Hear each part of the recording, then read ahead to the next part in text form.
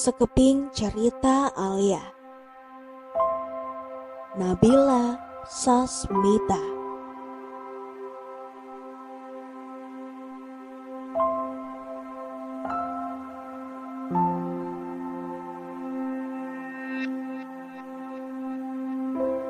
Pagi ini mentari tidak mencerahkan langit dengan kilaunya yang menyilaukan mata. Sudah 3 hari ini, cuaca di kawasan Jakarta Selatan ini dirundung mendung. Mendung biasanya mempengaruhi mood seseorang. Namun, tidak dengan gadis yang satu ini. Ia tetap bersenandung sambil membereskan tempat tidurnya. Sesekali, ia menari mengikuti irama musik yang sedang diperdengarkannya. Kemudian ia berhenti melakukan aktivitasnya, lalu tersenyum. Karena seseorang yang begitu sempurna di matanya menelponnya.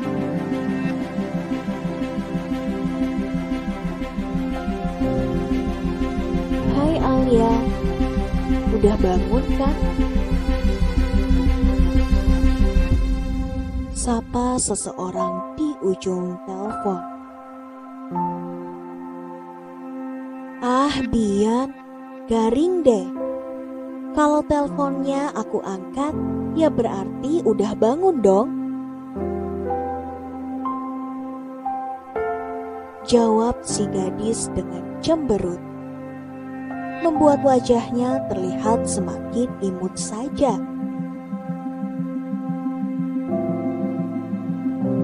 Hehe, namanya juga basa-basi doang dia. Udah mandi belum? Kayaknya belum nih. Soalnya masih bau naga gitu deh.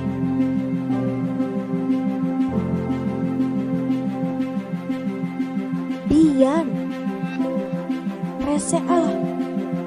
Aku tutup ya teleponnya. Ancam si gadis. Padahal dirinya masih ingin sekali mendengar suara pujaan hatinya. Sudah 1 minggu Bian tidak menghubunginya karena sedang sibuk mengurus pesta pernikahan yang kedua bagi ayahnya dengan seorang wanita cantik.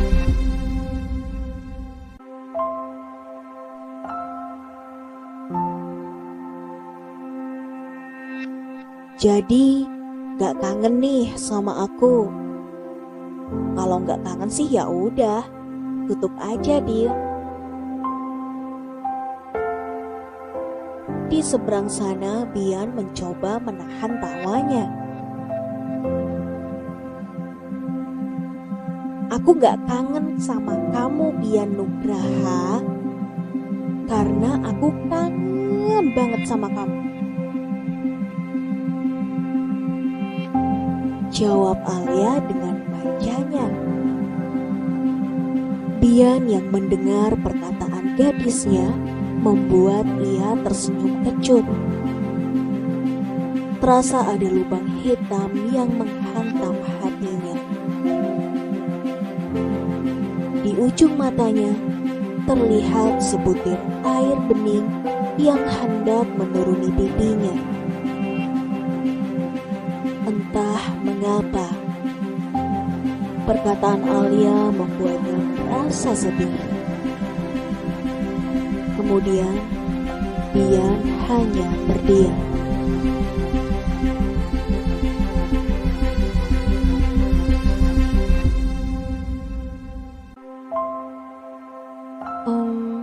Babe, are you okay? Kok gak ada suaranya?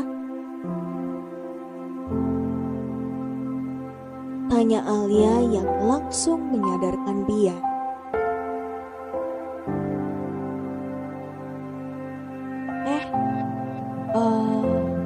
Iya, aku baik kok. Ini ada suaranya kan?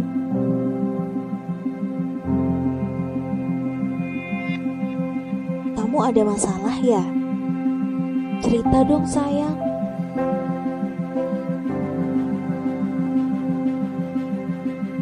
Kalau ada masalah, pasti aku langsung cerita dong, Dir.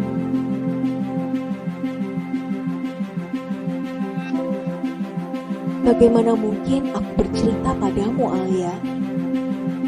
Kalau ternyata kaulah masalahnya.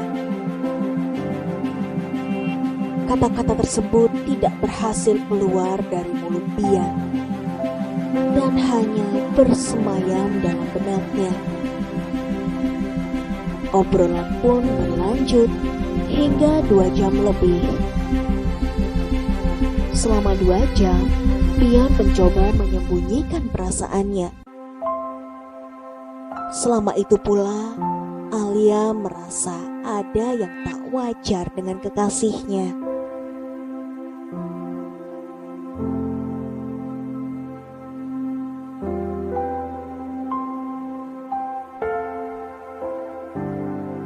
Bian, kamu udah cerita sama Alia kalau ayahmu mau menikah?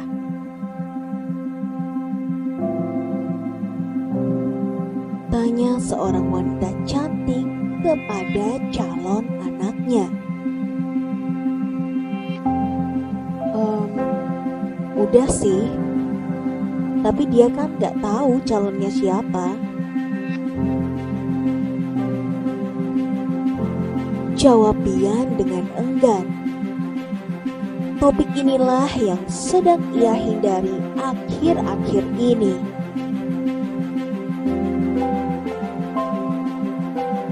Kenapa? Nanti kalau dia marah gimana? Tanya si wanita dengan penuh kebingungan.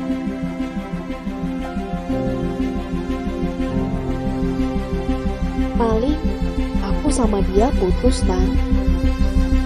Yang penting ayah bahagia kan, Tang? Udah gak usah dibahas lagi. Bian pun pergi meninggalkan si wanita yang masih merasa kebingungan akan keadaan ini.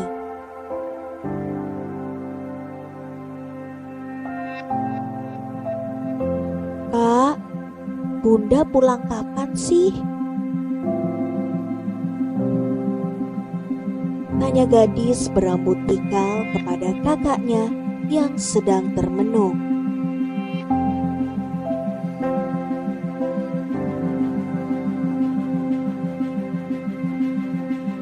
Bian kok aneh ya?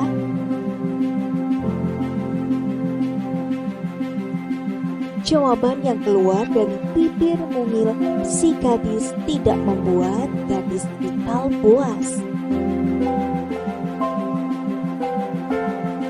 Kak Alia, Andara nanya, Bunda pulang kapan? Malah ngomongin Kak Bian. Bunda pulang kapan sih, Kak?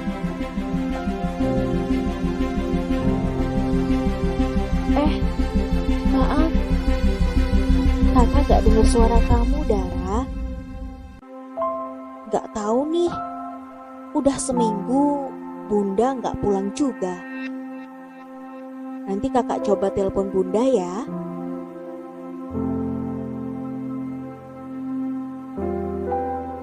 Coba ayah masih sama Bunda. Pasti kita gak tinggal berdua kalau Bunda lagi pergi. Perkataan adiknya membuat Alia tersentak.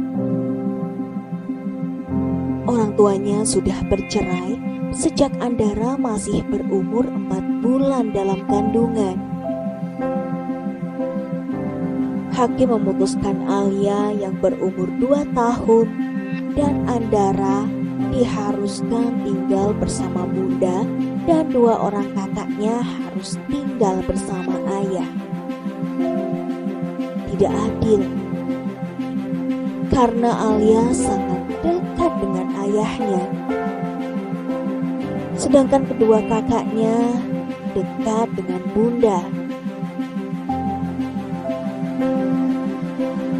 Kata-kata adiknya tadi membuat serangkaian kisah di masa kecil yang sudah memudar akhirnya hadir kembali.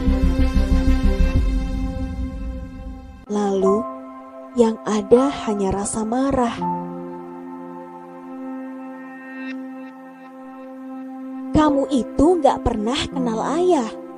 Jangan sok merasa paling tahu tentang ayah. Ada atau nggak ada ayah, hidup kita pasti selalu sepi. Alia membentak adiknya dengan keras. Ayahnya yang berprofesi sebagai koki di kapal pesiar ternama membuat ia tidak memiliki waktu yang cukup banyak untuk keluarganya. Andara terdiam. Ia memang tidak pernah tahu ayahnya seperti apa. Yang ia ketahui hanya foto usang yang tersimpan di gudang yang mengabadikan potret ayah, Bunda, Alia, dan kedua kakaknya yang lain. Tak lama ada suara isakan. Andara menangis. Alia yang mendengar isakan adiknya merasa bersalah. Tanpa ucapan apa-apa, ia memeluk gadis yang berada di sampingnya.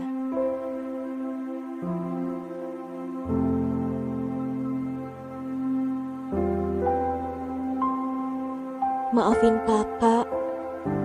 Kakak juga sebenarnya tidak terlalu tahu tentang ayah. Cuma 2 tahun kakak bisa mengenal seorang ayah. Maaf ya Dara. Kakak salah. Udah ngebentak kamu.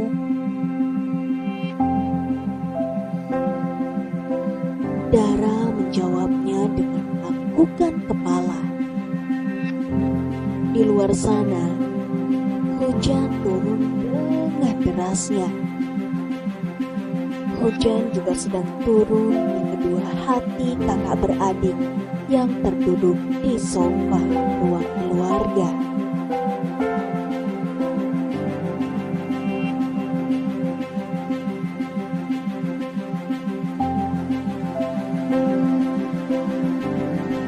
Hendra, kamu siap menerima akibatnya?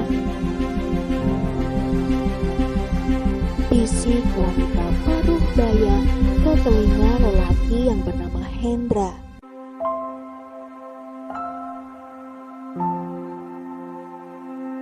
Kalau aku tidak siap, tidak mungkin aku mempersiapkan pernikahan ini dengan sebaik mungkin, Tantri. Jawab Hendra dengan penuh keyakinan.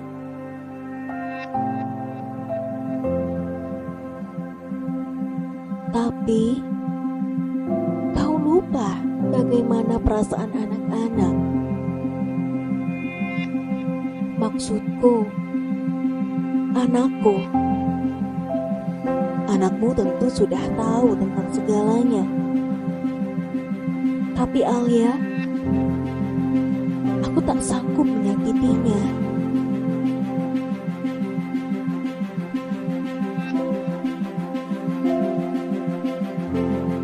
Hendra terdiam.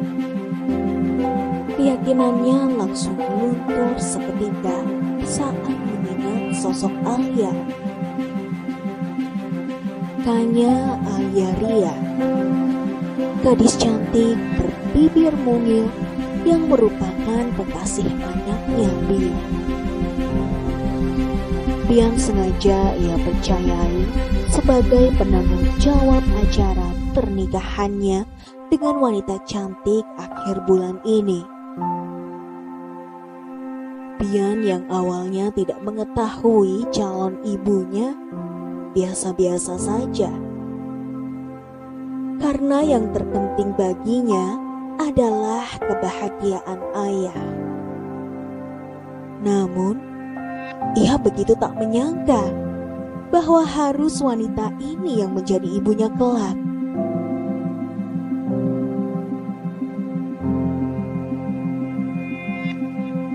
Aku akan pikirkan lagi. Jawaban singkat yang terlontar dari Hendra tidak membuat Tantri puas.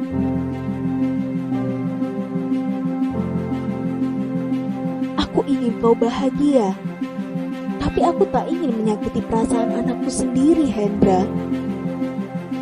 Kau tak tahu seberapa dalam perasaan Alia terhadap dia. Lalu tiba-tiba saja kita menghancurkannya.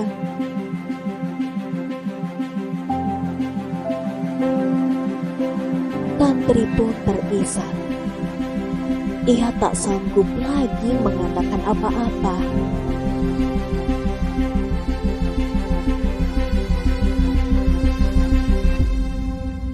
Hendra memeluk Tantri dengan erat.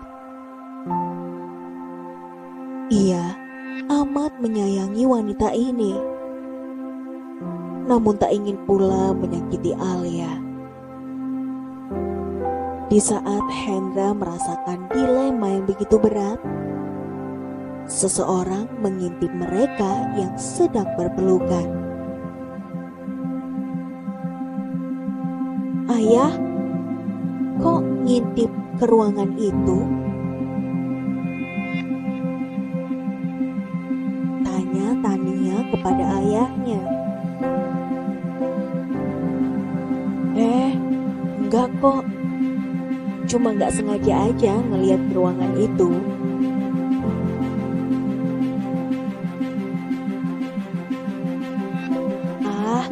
Ayah ngeles aja.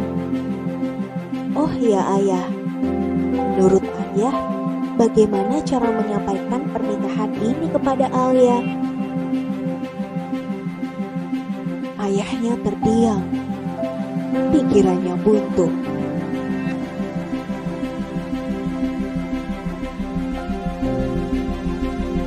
Hampir seminggu Alia tidak keluar kamar.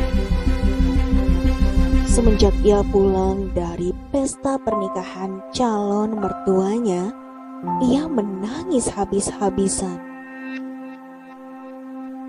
Betapa terkejutnya ia saat Bian memberitahu mempelai wanitanya siapa.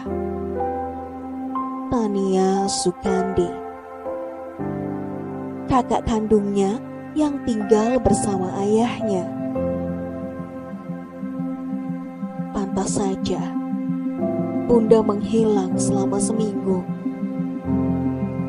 Ternyata Bunda mempersiapkan pernikahan sahabatnya ini. Ya, Bunda dan ayah Bian sudah bersahabat sejak kecil. Lalu, status ia dengan Bian apa? Kakaknya menikah dengan ayahnya Bian. Berarti calon mertuanya sekarang menjadi kakak iparnya. Dan Bian keponakannya. Hancur sudah segala asa harapan yang dirakit bertahun-tahun bersama Bian. Lalu terasa seperti ada lubang hitam yang menyedot Alia masuk ke dalamnya. Ini adalah kepingan hidup Alia yang terkelam, yang pernah ia